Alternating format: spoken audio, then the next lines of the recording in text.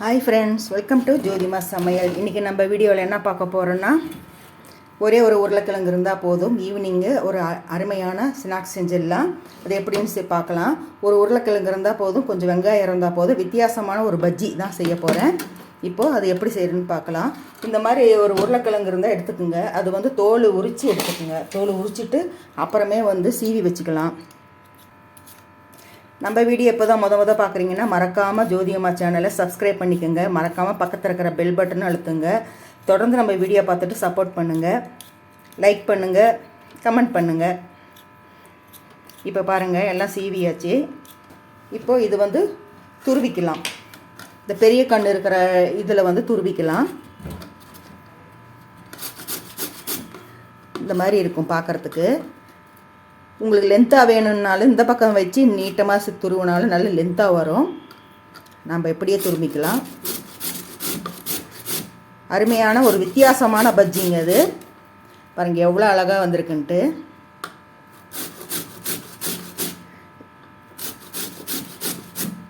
அஞ்சு நிமிஷம் போதும், இந்த பஜ்ஜி ரெடி பண்ணிடலாம். இப்போ எல்லாம் துருவிட்டு பார்க்கலாம். இப்போ பாருங்கள், பூ போல் நல்லா துருவியாச்சு. அருமையாக இருக்குது பார்க்குறதுக்கு. அப்படியே வெங்காய சீவல் மாதிரியே இருக்கும். இப்போ இது எப்படியெல்லாம் ரெடி பண்ணலான்னு பார்க்கலாம். இப்போ ஒரு பவுல் எடுத்துக்கோங்க. அதில் ஒரு 2 பெரிய வெங்காயம் கட் பண்ணி வச்சுருக்கேன் நீல வாக்கில். அதை இதில் போட்டுக்கலாம். வெறும் வெங்காயம் பஜ்ஜி மட்டும் சுடுறதை விட இந்த மாதிரி உருளைக்கிழங்கு சீவி அதில் போட்டு செய்யும்போது வித்தியாசமாக இருக்குது. சூப்பராகவும் இருக்கும், நல்ல ஒரு ஹெல்த்தியாகவும் இருக்கும். இப்போ இதுவும் இதில் போட்டுக்கலாம். ஒரு 2 பெரிய வெங்காயம், ஒரு உருளைக்கிழங்கு இருந்தாலே போதும். பாருங்கள், 2 கரெக்டாக போயிடுச்சு. உங்களுக்கு தண்ணி பார்த்து சேர்த்துக்குங்க. ஏன்னா உருளைக்கிழங்கு சீவும் போது தண்ணி விடும். அதனால் நம்ம பெசரும்போது பார்த்து பெசரிக்கணும். இப்போ ஒரு பச்சை மிளகா பொடியாக கட் பண்ணது, அப்புறம் கொஞ்சம் கருவேப்பிலை, கொஞ்சம் கொத்தமல்லி தழை, அப்புறம் கொஞ்சம் பெருங்காயத்தூள். ஏன்னா உருளைக்கிழங்கு போடுறோம், கடலை மாவெல்லாம் போட போகிறோம், வாயு பிடிக்கும். அதனால் பெருங்காயத்தூள் போட்டுக்கலாம். அப்புறம் கொஞ்சம் கறி மசாலா, அப்புறம் தேவையான அளவு உப்பு, அப்புறம் தனி மிளகாத்தூள். நம்ம காரம் எவ்வளோ வேணுமோ அவ்வளோ போட்டுக்குங்க. தனி மிளகாத்தூள், அப்புறம் சீரகம் கொஞ்சம் 1/4 ஸ்பூன். அப்புறம் இதுக்கு தேவையான கடலை மாவு போட்டுக்கலாம்.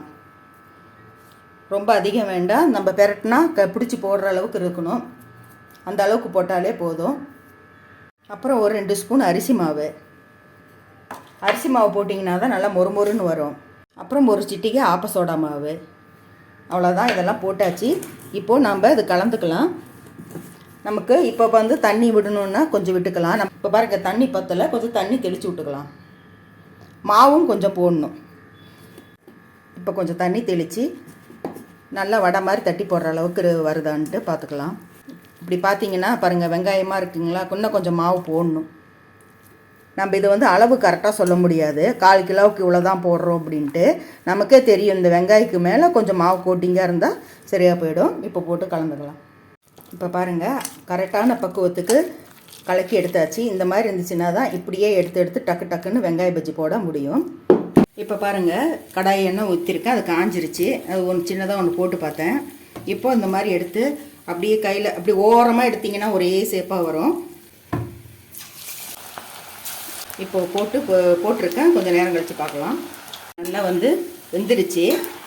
எவ்வளோ சூப்பராக வந்திருக்கு பாருங்கள். டக்குன்னு ஒரு 5 நிமிஷத்துலேயே முடிவு பண்ணி செஞ்சிடலாம். ஒரு உருளைக்கிழங்கும் 2 வெங்காயம் இருந்தால் போதுங்க. அருமையான வெங்காய பஜ்ஜி ரெடி பண்ணிடலாம். எப்பயும் ஒரே மாதிரி செய்கிறத விட இந்த மாதிரி வித்தியாசமாக கூட ஏதாவது ஒன்று சேர்த்து செய்யும்போது டேஸ்ட்டும் வித்தியாசமாக இருக்கும்.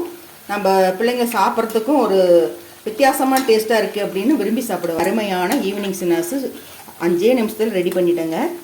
எப்படி இருக்குது பாருங்கள். இது மாதிரி எல்லாம் போட்டு பொரித்து எடுத்துக்கலாம். அவ்வளோதாங்க, பஜ்ஜி ரெடி ஆகிடுச்சு. பாருங்கள், ஊற்றுனேன்னா அப்படியே இருக்குது. பாருங்கள், ஒரு உருளைக்கிழங்கு 2 வெங்காயத்தில் எவ்வளோ பஜ்ஜி வந்திருக்கு பாருங்கள். அப்படி மொறுன்னு இருக்குது, சூடாக இருக்குங்களா. டக்குன்னு ஒரு 10 ரூபா கூட செலவாயிருக்காதுங்க. வீட்டில் இருக்கிறத வச்சு ஈஸியாக ஈவினிங் ஸ்நாக்ஸ் செஞ்சாச்சு. பஜ்ஜி எல்லாம் சூப்பராக வந்திருக்கு.